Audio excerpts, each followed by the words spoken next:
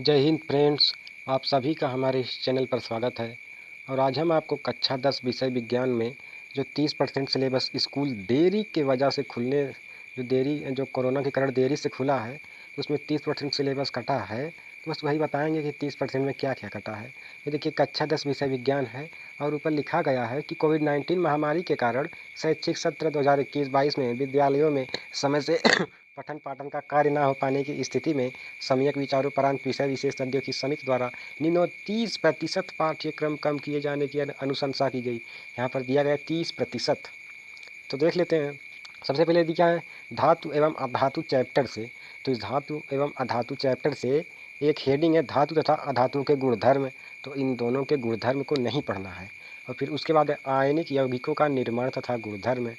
तो ये भी एक हेडिंग है तीसरे पार्ट में, उसे भी नहीं पढ़ना है, आप लोगों को काट देना है हेडिंग, केवल कट का निशान लगा देना है। फिर उसके बाद है पांचवा पार्ट तत्वों का आवर्त वर्गीकरण।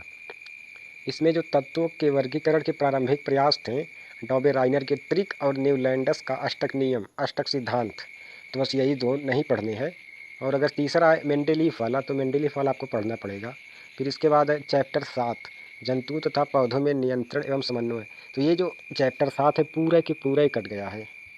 फिर इसके बाद है प्राकृतिक संसाधन एक पाठ। प्राकृतिक संसाधन एक जो इकाई है, तो प्राकृतिक संसाधन के अंदर ऊर्जा के स्रोत एक पार्ट है। तो ऊर्जा के स्रोत उस पार्ट से बायोगैस एक हेडिंग है, टॉपिक है, उसे नहीं पढ़ना है, कट का निशान लगा लीजिए। फिर उसके बाद हमारा पर्यावरण एक चैप्टर है, एक पार्ट है, उसके अंदर पारितंत्र और ओजोन परत का अपक्षयन, इसे नहीं पढ़ना है। इसके बाद है अपवर्तन, मतलब जो आपका जो पहला चैप्टर है फिजिक्स का। तो आपका फिजिक्स शायद 10 पार्ट से शुरू होता है। तो उसमें आवर्धन और लेंस की क्षमता काट देना है, नहीं पढ़ना है। और प्रकाश का प्रकीर्णन और दैनिक जीवन में उपयोग भी नहीं पढ़ना है। फिर इसके बाद है विद्युत। विद्युत का प्रभाव एक चैप्टर है, आप में तो केवल बस विद्युत ही दिया होगा। तो उस विद्युत में से दैनिक जीवन में उपयोग और दैनिक जीवन में इसका उपयोग, ये जो दो हेडिंग है इसे आपको नहीं पढ़ना है। फिर इसके बाद विद्युत धारा का चुंबकीय प्रभाव, इसमें दिष्ट धारा की तुलना में प्रत्यावर्ती धारा से लाभ और घरेलू विद्युत परिपथ, ये दो चीज़ नहीं पढ़नी है, निशान लगा लीजिएगा।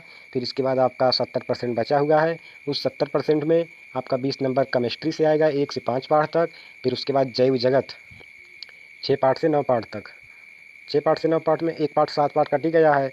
तो मान लीजिए आपको 3 चैप्टर पढ़ना है 6 पाठ से 9 के बीच में, तो वो भी 20 नंबर का आएगा। फिर इसके बाद अपवर्तन, अपवर्तन में एक 10 और 11 जो है वो 12 नंबर का आएगा। और जो विद्युत धारा का चुंबकीय प्रभाव, मतलब जो विद्युत वाला है, वो 13 नंबर का आएगा। विद्युत वाला दो चैप्टर है। फिर इसके बाद प्राकृतिक संसाधन वो 5 नंबर का आएगा, तो आपका हो गया 70 नंबर का। तो इस प्रकार से मैंने बताया और आशा करते हैं कि आपको यह समझ में आया होगा और पसंद भी आया होगा। पसंद आया तो लाइक ज़रूर कर लीजिए और चैनल पर पहली बार आए तो सब्सक्राइब कीजिए। जय हिंद।